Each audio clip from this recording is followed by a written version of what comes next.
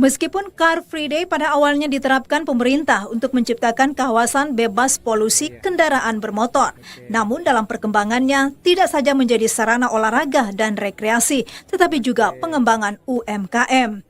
Setiap provinsi saat ini memiliki kawasan CFD, namun yang berhasil memadukan antara kegiatan olahraga, rekreasi, dan UMKM baru di Kota Makassar. Dengan diterapkannya penataan baru, termasuk penggunaan ID card permanen bagi pengelola lapak penjualan. ID card terdiri dari dua jenis, yakni ID card dasar warna merah tua untuk lapak makanan dan ID card warna biru untuk penjual non-makanan seperti sandang dan kelengkapan rumah tangga.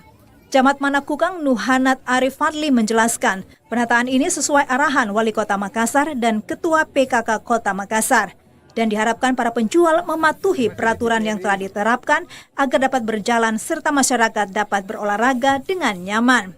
Ya, jadi memang Car Free Day Boulevard yang terletak di Kelurahan Masale, Kecamatan Panakukang, sesuai arahan dari Bapak Pimpinan, Bapak Wali Kota dan Ibu Wakil Wali Kota untuk ditata kembali.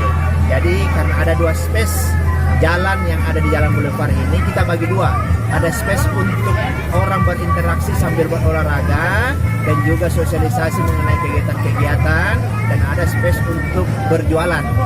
Kedua space ini alhamdulillah sudah tertata dengan baik. Dari 795 UMKM yang terdaftar, 92 diantaranya belum mendapat tempat mengingat terbatasnya luas kawasan.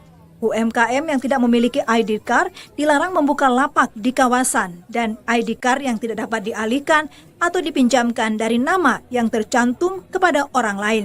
Karena itu petugas Satpol PP terus memantau pengguna para penjual di kawasan ini. Imran Sakti melaporkan.